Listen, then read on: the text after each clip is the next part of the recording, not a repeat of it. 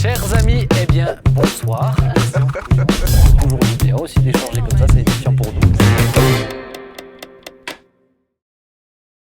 Quelle place la foi peut avoir dans cette question d'un futur incertain? Comment répondre à cette crainte? Quoi faire? Quoi dire? Est-ce que vous l'avez déjà vécu, cette pression qui est là? Il n'y a pas de visibilité devant nous et si rien ne se passe, on va se taper le mur. Qu'est-ce que vous auriez envie de dire peut-être pour terminer ce moment? Je pense que c'est ce qui moi m'aide, c'est finalement le fait qu'il y a un Dieu qui est hors du temps, ouais. Et de pouvoir vraiment me tourner vers lui et de pas juste regarder aux circonstances ou laisser les circonstances dicter ma vie, dicter ce que je pense. Et malheureusement, on est trop souvent accroché à la télévision, à tout ce qui se passe. On se nourrit finalement de tout ça. On parlait tout à l'heure de, bon, je sais pas si on peut les citer, mais de BFM, mais où en ce moment, moi, ça m'inquiète en fait. C'est presque anxiogène. Exactement. Et alors que si tu prends du temps avec Dieu à considérer ses merveilles, à te nourrir de la parole de Dieu, bah, tout d'un coup, tu te nourris d'autres choses.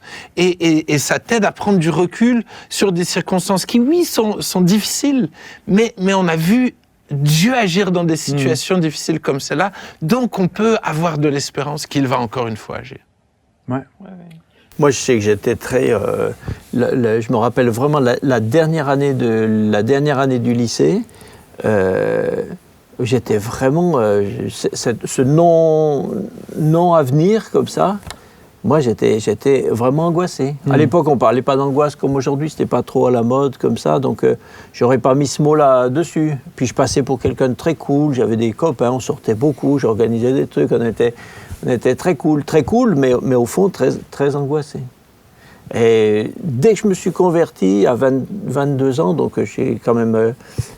j'ai glandouillé sur le campus universitaire 3 ans sans rien faire, mais quand je me suis converti, j'avais 22 ans, instantanément, j'étais tranquille, je savais, même si l'avenir était encore moins clair, je me suis rapidement marié pendant le service militaire, j'avais pas de boulot, mais j'étais complètement reposé, j'étais tranquille, j'étais paisible, je savais où j'allais, parce que maintenant, voilà, il y avait même si je connaissais pas l'avenir, mais il était sûr. Ouais. Ben, moi, j'aimerais vraiment que tu retrouves une photo de Jean-Marie quand il glandouillait. Il faut qu'on retrouve quelque chose. Ça doit se retrouver. Non, c'est pas intéressant. C'est sûr que ça sera cruel pour... Non. Ça, on peut retrouver. Non, c'est pas intéressant. Non.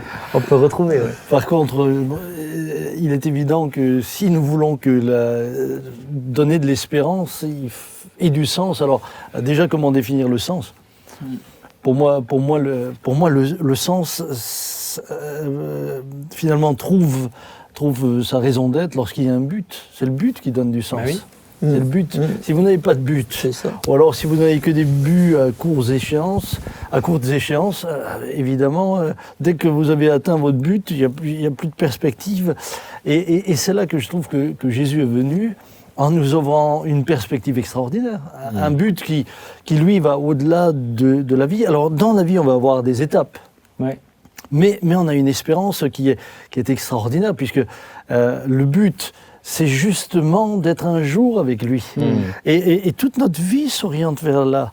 Maintenant, ce qui est beau, et c'est ça ce qui est beau dans ce que Dieu propose, c'est que ce but n'est pas réducteur. C'est-à-dire que chacun va avoir sa vie.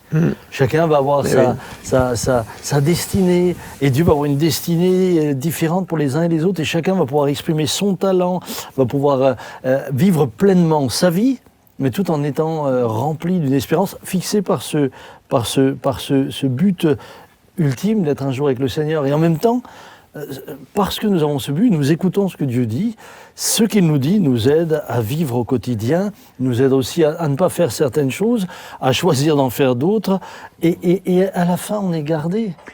C'est ça, et puis je pense que c'est vraiment la réponse que tu donnes, mais cet élément de foi en fait qui nous permet de tenir. Moi je me rappelle, ça m'a marqué, hein, j'étais au collège, donc pour dire c'est pas la génération qui est là maintenant, mais au collège un jour, il y a une prof qui nous avait dit ne pensez pas que les études que vous allez faire va vous donner juste un métier jusqu'à la fin de vos jours. Aujourd'hui c'est plus ça. Donc quand moi j'étais au collège, Et je me rappelle que ça m'a stoppé. Je me suis dit, pourquoi je vais faire des études alors ? Si ça me garantit pas d'avoir quelque chose jusqu'à la fin. Et aujourd'hui, encore une fois, c'est tous les 6 mois, 1 an que les statistiques montrent, mais que la personne change de métier. Et je pense que de savoir que peu importe ce qui est devant moi, même si c'est incertain, Dieu l'a entre ses mains, ça me donne une paix, ça me rassure parce que ce futur incertain, j'ai pas besoin de le tenir entre mes mains puisqu'il est dans les siennes. J'ai un exemple dans ce sens-là qui moi, me parle toujours, c'est mon père. Mon père, que tout le monde appelle le Papa Jean, là. C'est quand même extraordinaire d'avoir un homme de 93 ans. Ouais. Et tu vois chaque jour qu'il vit, ça a du sens. Ça a du sens parce que pour lui, la mort, c'est pas le début, c'est pas la fin, mais c'est le début de quelque chose de nouveau. Donc ça a du sens. Moi, j'ai rencontré énormément de personnes âgées. Quand je parlais avec elles, waouh, ça me faisait, pardonnez-moi, ça me donnait un peu le bourdon parce que j'avais le sentiment que, en fait, tout ce qui les aidait encore à vivre aujourd'hui, c'était de se remémorer les souvenirs du passé. C'est-à-dire donc il ramenait toujours le passé pour que le présent ait encore même pas du sens, mais qu'il n'ait pas l'impression de ne plus être là, plus que pour nourrir un corps qui n'a pas encore décidé de mourir et lui donner à manger. Ouais. Alors que quand je regarde mon père, non, lui il se réjouit, par exemple, même des projets des plus jeunes. Ouais. Il dit, waouh, mais ça, c'est formidable. Il se projette dedans. Parce que ça a du sens pour lui. Oui, c'est ça. Ce que les jeunes générations font ont du sens pour lui. Il s'y inscrit parce que ce qu'ils font, ce que les jeunes générations font, eh bien, ça a le même but que lui. Mais c'est quand même la seule personne âgée qui venait à The Rencontre. Il venait à The Rencontre. 91 ans. Et avec joie, sans juger ce qui se passe.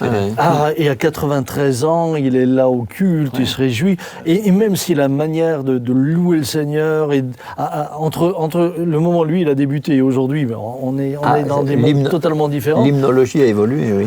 L'hymnologie et la musique, il y a un tas de choses. Mais lui, ça a du sens. Oui. Et ce qui fait que il est toujours heureux. Et ça, c'est ce que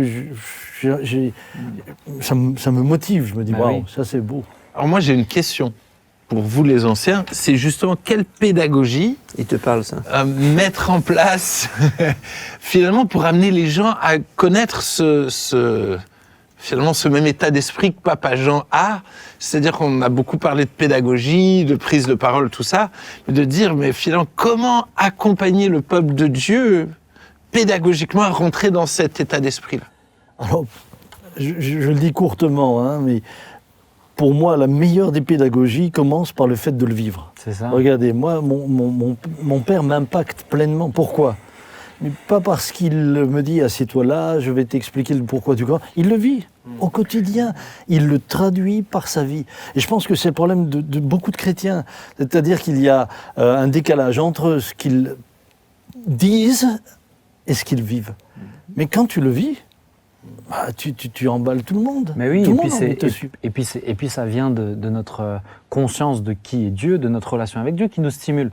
Moi, je sais que j'ai pas 30 ans et ça fait déjà bien longtemps que moi je me réjouis véritablement de l'éternité.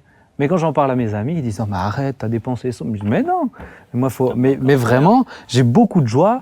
S'il me reprend, et quand il veut me reprendre, moi, je suis prêt, je suis heureux. » Mais c'est pas une question d'âge ou d'avancée, c'est juste une question d'être conscient en fait de ce qui est devant nous, Moi, ce qui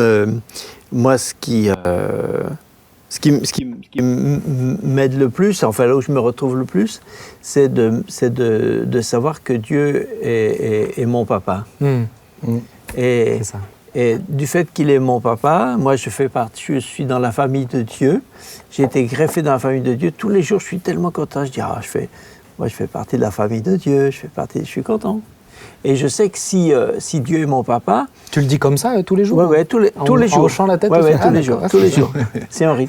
Et c'est mignon. Et tous les jours, je sais que mon père, j'ai eu un papa qui était très gentil.